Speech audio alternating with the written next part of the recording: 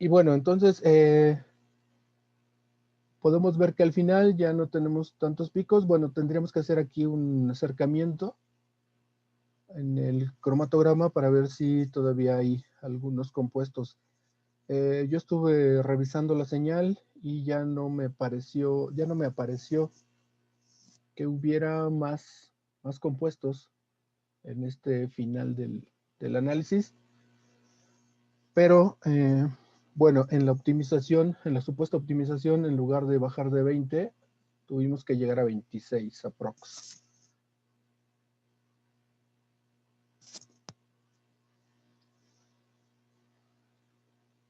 Aquí estoy diciendo que aparentemente ya no había más, pero aquí se ven todavía unos 3 que están apareciendo al final de este cromatograma, ya con el acercamiento necesario.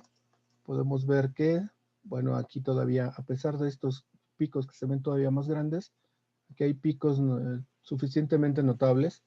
Si comparamos que estos los habíamos considerado que eran grandes, ahora con estos de acá, pues se notan todavía más. Si entramos entonces en la opción de el editor gráfico, que es este de acá, el editor de gráficos, podemos ver que tenemos un montón de compuestos en nuestra muestra. Le hacemos un zoom y aquí, por ejemplo, la computadora está considerando que este pico grande son un montón de picos empalmados, pero en realidad no lo son. Lo que pasa es que es un pico muy grande, es un compuesto muy pesado y entonces no sabemos exactamente qué es, pero es muy difícil que sea una mezcla de muchos compuestos, considerando que todos los demás aparentemente sí son picos más pequeños. Ahora, pudiera darse el caso que sí sea una mezcla de muchos compuestos aquí, que salen todos juntos y que nunca, que el cromatógrafo o la fase estacionaria no fue capaz de separarlos, pero hasta el momento no pudiéramos saber si realmente son un solo compuesto o son muchos. Lo más probable o mi primera suposición es de que sería solamente un solo compuesto. Y entonces aquí podemos ver que en este acercamiento podemos notar que hay picos que los puede considerar que dónde comienzan y dónde terminan. Y aquí aparentemente hay un empalme entre dos compuestos. Hay otros compuestos que no, que por su tamaño o eh, o su área no los considera que sean realmente unos picos, sino variaciones de la señal producidas por ruido. Y aquí podemos ver otro empalme de picos.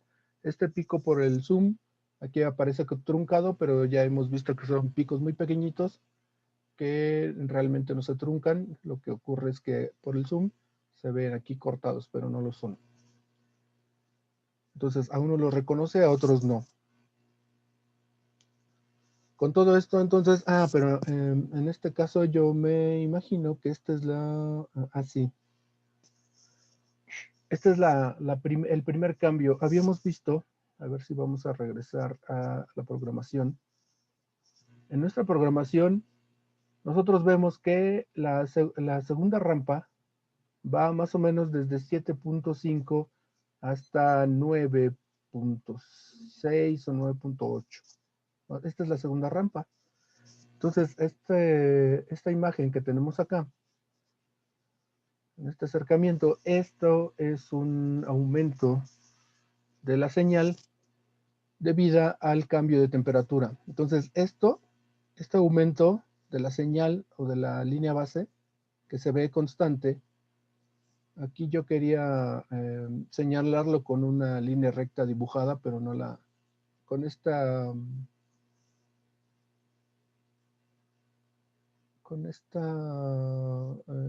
programación, o más bien con este programa que estoy utilizando para ver las fotos, no creo poder agregarle algo.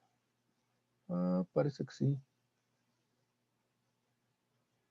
No. A esto no le sé, entonces no lo voy a buscar. Aquí lo que podemos ver entonces es que aquí del minuto 7 al minuto 9 aprox, hay un aumento notable de la línea base, un aumento constante de la línea base, y a esto se le llama deriva. Cuando nuestra línea base va aumentando gradualmente, le llamamos deriva, y esto es provocado principalmente por el cambio de temperatura, por el aumento de temperatura. Presuntamente, si nosotros tenemos un análisis en el que disminuimos temperatura, entonces la deriva tendría que ser iría descendiendo en lugar de ascender como lo hace en este cromatograma. El ascenso y descenso de la señal no es tan notorio. Vamos a ver si lo podemos ver. Estoy regresando aquí está. Es esta zona de aquí, de 7.5 hasta 10, y aquí se nota un poquito más, aunque llega hasta por acá. ¿Ok? Entonces, más o menos todo esto lo llamamos deriva, y aparentemente aquí la línea base otra vez se establece aquí, y en la segunda, más o menos aquí empieza a subir en 12. En 13 aproximadamente. En 13, otra vez parece que sube la señal notablemente hasta más o menos el 15, y otra vez se mantiene estable, inclusive aquí parece que baja. Y este cambio de la señal de la línea base es debido entonces al aumento de temperatura, ¿ok? Aquí nosotros podemos ver que más o menos se mantiene estable, aunque aparentemente va bajando. Todo esto, más o menos por aquí, es donde empieza el escalón de 215 centígrados. Debería de ser constante. Sin embargo, parece que la línea base baja un poco. Pero a lo que quiero que ustedes noten es que aquí es el escalón, digamos, de 13 a 16. Vamos a ver si de 13 a 16. Entonces regresamos a nuestra programación del método. Y efectivamente, más o menos del 15, no, aquí está mal. Desde el 13, sí, del 13 más o menos, del 13 al 15 es esta rampa. Y se manifiesta aquí, sí, está bien, del 13 al 10, no, sí, el 15, aquí está, sí corresponde. Entonces aquí podemos ver que este aumento de señal es por el cambio de temperatura. Y debemos estar conscientes de que entonces si cambiamos la temperatura en nuestro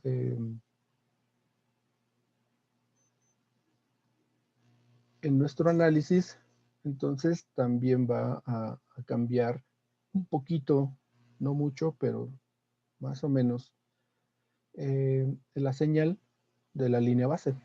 La línea base no se va a mantener horizontal.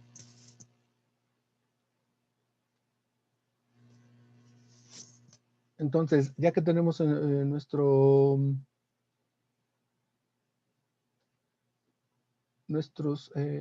análisis, entonces proponemos una tercera inyección.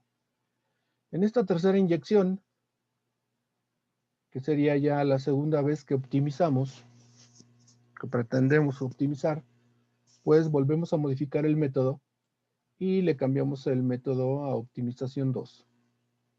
El nombre a optimización 2, este nunca lo usamos porque no estaba bien diseñado, lo modificamos un poquito para que sea este, y ahora tenemos la optimización 2, lo guardamos y lo modificamos. Entonces ahora cambiamos un poquito nuevamente las temperaturas. Ahora subimos esta temperatura hasta 230 para intentar, estamos aquí en esta programación, estamos considerando prácticamente que todos, que hasta aquí, hasta el segundo escalón, más o menos hasta aquí, Ya hemos optimizado lo más que se puede y ahora vamos a optimizar a partir del minuto 7.5 en adelante. Entonces, aquí lo único que cambia son las rampas.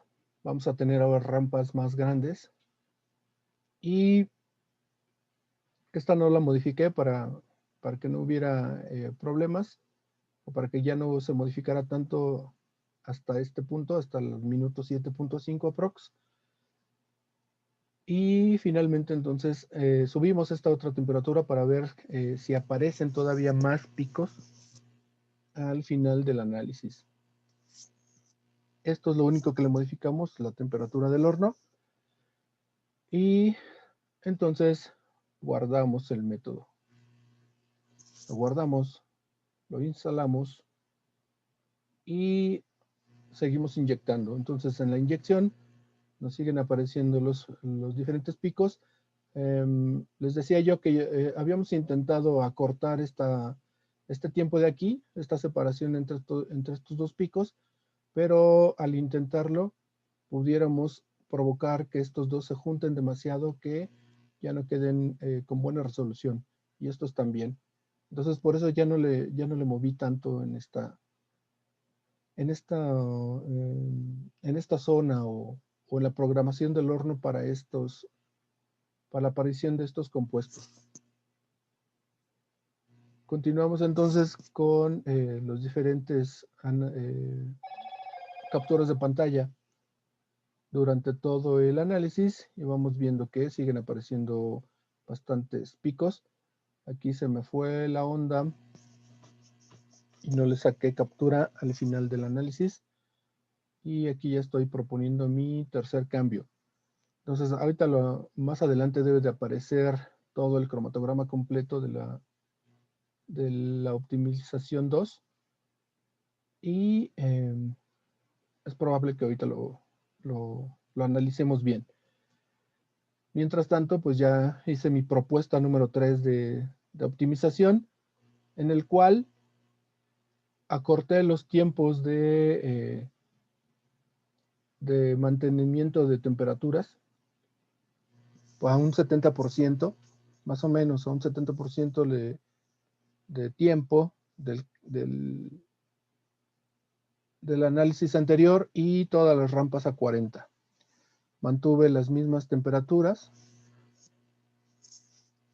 ¿Y por qué reduje al 30% aproximadamente los tiempos de los análisis? Porque propuse una presión de gas acarreador de 20 psi. Esa fue la siguiente modificación. Si yo ya no puedo hacer que se junten esos picos por temperatura, lo que me resta es intentar hacerlo con presión. Si nosotros aumentamos la presión del gas acarreador, todos los compuestos avanzarán más rápido dentro de la columna. Por lo tanto, llegarán antes al detector. Si estoy aumentando aproximadamente un 30% la presión del gas acarreador, estoy calculando que también el flujo pudiera acelerarse un 30%. Por lo tanto, también recorté un 30% en los tiempos en los que se mantienen las temperaturas del horno. Más o menos esto es lo que yo propuse para pretender entonces seguir optimizando este análisis. Y en la primera optimización yo tenía más o menos 26 minutos de análisis, y con esto yo pretendo tener por lo menos 20.5.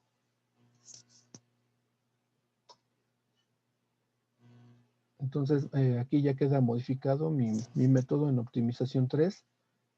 Y veamos estos picos que aparecían en el minuto 19, ahora están apareciendo en el minuto 16. Seguimos viendo que hay una separación entre estos dos picos, pero lo importante es que estos no se junten demasiado como para empalmarse. Aquí estos dos parecen empalmados, pero siempre han estado así. Estos también aquí aparecen unos que parecen empalmados, y aquí hay una zona en donde los picos que aparecen son muy pequeños y que pudiéramos todavía aprovechar para poder tratar de acelerar su aparición en el detector. Sin embargo, ya hemos visto que por más que le modifiquemos, aparentemente no dejan de estar bastante separados. Este es el pico muy grande que no lo integra correctamente el programa. Nosotros podemos hacer integraciones manuales. Cuando no nos gusta la manera en que el programa hace la integración de los picos, nosotros podemos proponer una integración manual, y vamos a ver si lo podemos ver más adelante. Y bueno, entonces este pico todavía salía en nuestros análisis anteriores, y estos de acá son los otros tres pequeños que aparecían al final.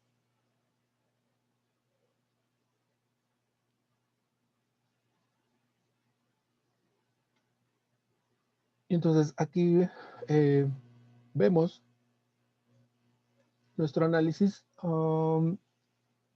Estos picos, estos picos de aquí eran los que aparecían en el minuto 20 en la prospección, y ahora ya están en el minuto 12 aprox. Entonces sí hemos tenido una buena optimización de de nuestros análisis. Y entonces aquí nos aparecen estos últimos que aparecían en el minuto 26 del otro método, y aún así podemos notar que nos siguen apareciendo algunos compuestos al final de nuestro análisis. Entonces siguen apareciendo y siguen apareciendo algunos compuestos durante nuestro análisis. Todavía nos faltaría optimizar esta zona de aquí. Aparentemente ya no tendríamos, los últimos que habíamos obtenido eran estos tres, y todavía siguen apareciendo. Entonces aquí todavía nos faltaría realizar más inyecciones, o más pruebas, proponiendo más cambios para que estos puedan aparecer dentro del tiempo que hemos más o menos fijado para realizar nuestro análisis, y que no sea tan largo. Podemos observar, estos pudieran ser remanentes de inyecciones anteriores, o pueden ser compuestos que pertenecen a nuestra muestra y que no los habíamos podido notar en nuestro análisis porque se nos acaba el tiempo. Entonces, un análisis o un cromatograma siempre va a ser la captura de los datos que le mande el cromatógrafo a la computadora durante el tiempo que nosotros le establezcamos. Cuando nosotros programamos un análisis, le decimos a partir de qué momento, que es cuando presionamos el botón Run, que sería aquí el 0, y hasta qué momento, que es cuando termina nuestro análisis, queremos que guarde la información de la señal del detector. Cuando se nos acaba el tiempo, pues el cromatógrafo no deja de mandar señal, pero sí deja de guardar la computadora la información. Por lo tanto, se nos pierde todo lo que haya salido después de este punto de aquí. Se nos pierde y nosotros ya no sabemos qué más puede haber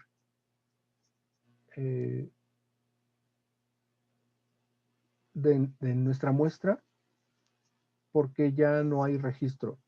Entonces nosotros debemos de estudiar muy bien entonces esta parte de acá. Lo que pudiéramos hacer es hacer una inyección de una muestra, digamos que 230 centígrados isotérmico, De tal manera que aunque todos estos se salgan juntos o más pegaditos, la siguiente inyección nada más sería para asegurarme de hasta qué picos pueden salir. Es probable que yo todos estos picos de aquí los pueda identificar porque no se van a juntar con estos de acá. Y yo pueda entonces detectar hasta qué punto yo debo de mantener el tiempo de análisis para mi muestra. Con esto yo puedo detectar entonces cuántos compuestos tiene al final, si estos son realmente compuestos de la muestra o remanentes de inyecciones anteriores. Yo estoy en la creencia de que son remanentes de inyecciones anteriores porque en otros análisis no aparecen, pero al mismo tiempo, si no aparecen en otros análisis, no quiere decir que no pertenezcan a la muestra. Entonces, aquí hay una incertidumbre todavía grande y todavía hay todavía más trabajo por hacer con este análisis o con esta optimización de mi muestra, del análisis de mi muestra. Lo que quise entonces presentarles en esta ocasión es cómo de manera empírica, absolutamente empírica, sin mayor conocimiento que sabiendo cómo, cómo podemos o qué podemos esperar de un compuesto cuando lo inyectamos en un cromatógrafo. ¿Qué le pasa si nosotros aumentamos la temperatura? ¿Qué pasa si aumentamos la presión? ¿O qué pasa si aumentamos el volumen?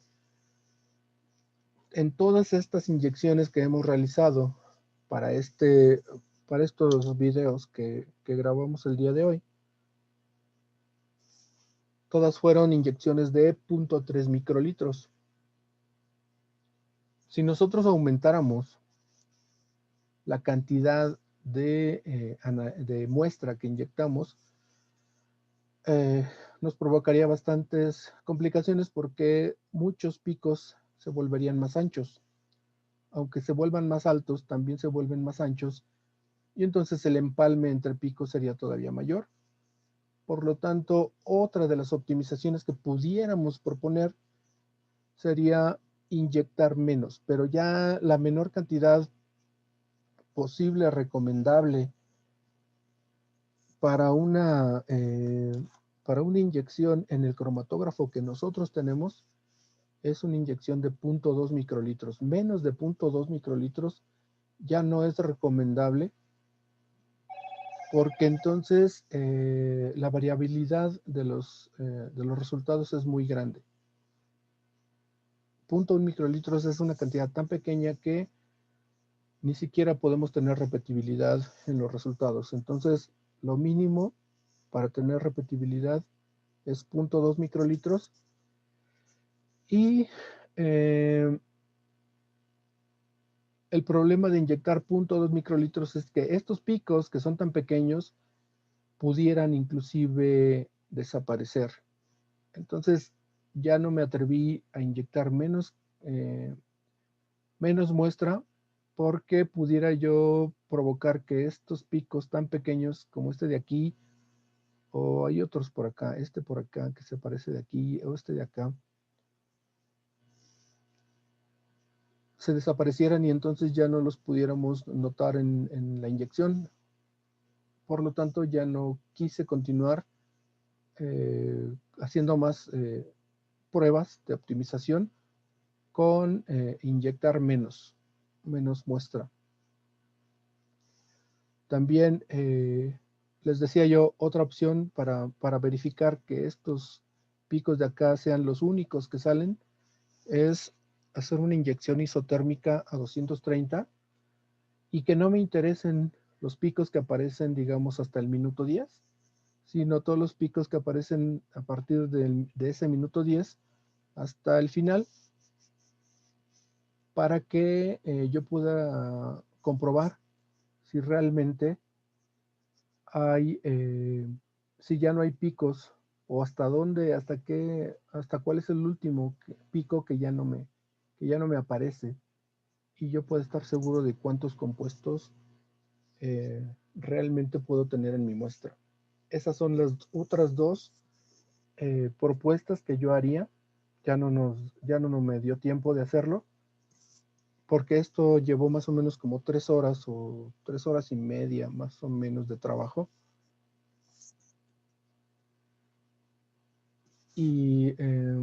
Pero entonces la propuesta para seguir optimizando pudiera ser esa: inyectar menos, 0.2 microlitros, y realizar, perdón, una inyección isotérmica a 230 centígrados durante 20 minutos para ver cuántos picos hay más, aparte de estos que están aquí al final. Entonces, cuando yo ya tengo un análisis o un cromatograma ya guardado, entonces aquí hay una opción, no, es cierto, aquí el Graphic Edit. Con el Graphic Edit, no es cierto, estoy usando cromatogramas, otra vez. En este botón cromatogramas yo puedo revisar los cromatogramas que yo tengo. Y entonces presiono ese botón y me aparece la opción de cuál es el cromatograma que quiero abrir. Entonces yo selecciono prospección y me aparece el cromatograma que ya habíamos visto al inicio de esta sesión. Y entonces yo lo que hice fue ir abriendo los diferentes cromatogramas y vamos observando. Tengo la opción de mirarlos. Cuando yo ya tengo todos mis cromatogramas hechos o abiertos, tengo la opción de abrirlos todos juntos. Y cuando tengo esta opción, yo puedo ir más o menos revisando cómo han ido modificándose esos picos. La desventaja que yo tengo cuando yo utilizo esta opción es de que a todos los ajusta. Se supone que unos son de 20 minutos, otros son de 26 minutos, y sin embargo a todos los ajusta a un mismo tiempo. Normalmente los ajusta al tiempo del primer cromatograma. La desventaja de eso es que entonces no voy a tener, si los pudiéramos tener graficados en tiempo verdadero, en el verdadero tiempo de cada cromatograma, entonces pudiéramos notar cómo se van moviendo con respecto a las modificaciones que nosotros hacemos. Esta técnica o esta opción de poder mirarlos empalmados o sobrescritos unos en otros, a mí me parece una idea muy buena, pero el programa no me permite hacerlo de la manera que a mí se me ocurrió, sino que me los da a todos normalizados, es decir, a todos les pone el mismo tiempo, aunque en realidad los tiempos de cada uno de ellos son diferentes. Por ejemplo, el hexano siempre debería salir encimado, y sin embargo aquí hay como una o dos señales que no quedan encimadas precisamente por eso, porque aparentemente, bueno, perdón, como está recortando o como los está haciendo más angostos para que quepan en la misma escala, entonces no se ajustan realmente al tiempo real, sino que más bien están ajustados a la anchura para que todos quepan. Y eso nos limita mucho el análisis. Pero a lo mejor pudiéramos hacer la comparación entre el 1 y el 2, digamos la prospección con la optimización 1, y luego la optimización 1 con la optimización 2, y luego la 3 con la 4, de tal manera, y a lo mejor la prospección con la optimización 4, para ver qué tanto hemos variado. Sin embargo, la complicación, les decía yo, es que no los pone en tiempo real, sino los pone en tiempo ajustado para que quepan todo en la misma gráfica. Pero si eso lo pudiéramos hacer sería muy genial, porque Así nosotros podemos notar cómo podemos modificar, o más bien, qué efecto tiene las modificaciones que nosotros proponemos en nuestros cambios de métodos. Entonces aquí hay algunas figuras. Aquí hay acercamientos de esos cromatogramas. Y finalmente, si sacamos el reporte de picos, pues vamos a tener un montón aquí. Aquí nada más nos muestra 5, pero aquí podemos ver que hay un montón, que podemos ver muchos más. De tal manera que nosotros podamos contar cuántos compuestos hay en nuestros diferentes análisis. En teoría son los mismos, aunque ya hemos visto que al final, en esta parte de acá, aparecen más y más. Si nosotros les damos más tiempo para que terminen de salir de la columna los demás compuestos. Entonces, tenemos una opción en la cual nosotros podemos revisar cuántos picos aparecen, y nos da el informe en el cual podemos ver cuál es su tiempo de retención, el área, altura, porcentaje de área. Vean que algunos son tan pequeños que son menos del 0.001. Y la relación área sobre altura, que en realidad esto, para este tipo de análisis no nos interesa tanto. Lo que nos interesa es más bien el área, la altura y principalmente el tiempo de retención. Aquí podemos ver que nuestro análisis es el de prospección. Y lo que nos sirve este reporte de picos es ver, dijimos que para la prospección nosotros íbamos a tener que hasta el minuto 4, todos los picos que aparecieran hasta el minuto 4, nos íbamos a tener hasta el minuto 4 íbamos o todos los picos que aparecieran hasta el minuto 4 los íbamos a considerar como pertenecientes al grupo de los compuestos más volátiles. Entonces aquí podemos ver que nada más aparece uno, que es el de el hexano, es el más grande de todos, ocupa el 90% del área total del cromatograma, pero en realidad ese no pertenece a la muestra, es el pico del solvente. Entonces ese no nos sirve. Nosotros pudimos ver que había otros 2 picos que no los contó, por lo tanto, en nuestro conteo realmente vamos a tener que, en los compuestos más volátiles nada más aparecen 2, ¿ok? Entonces apunten por ahí. Compuestos más volátiles en la muestra son 2. Luego, del minuto 4 hasta el minuto 9, íbamos a tener a los volátiles. Y podemos ver que van desde el 2 hasta el 7. Por lo tanto, son 2, 4, 6. 6 picos considerados, entonces, los compuestos volátiles. Del 9 al 14 estarían los compuestos menos volátiles. Entonces serían 1, 2, 3, 4, 5, 6, 7, 8, 9, 10, 11, 12, 13, 14 y 15. No, 16, 17. Chihuahua, no es cierto. Ya perdí la cuenta. Era hasta aquí, hasta el 14. 1, 2, 3, 4, 5, 6, 7. Son 7. Entonces nada más son 7 para los menos volátiles. Y los pesados serían a partir del 14 hasta el 20. Serían 1, 2, 3, 4, 5, 6.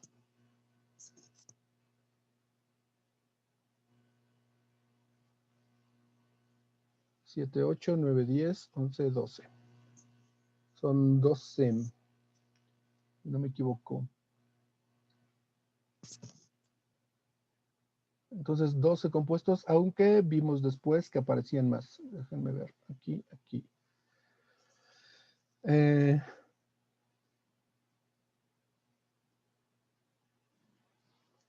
Lo vamos a dejar hasta aquí, a que son 12, aunque en realidad habíamos visto que aparecían por lo menos otros 8. Pero vamos a dejarlos hasta ahí. Eso es lo que nos apareció en nuestro programa de prospección. Vamos a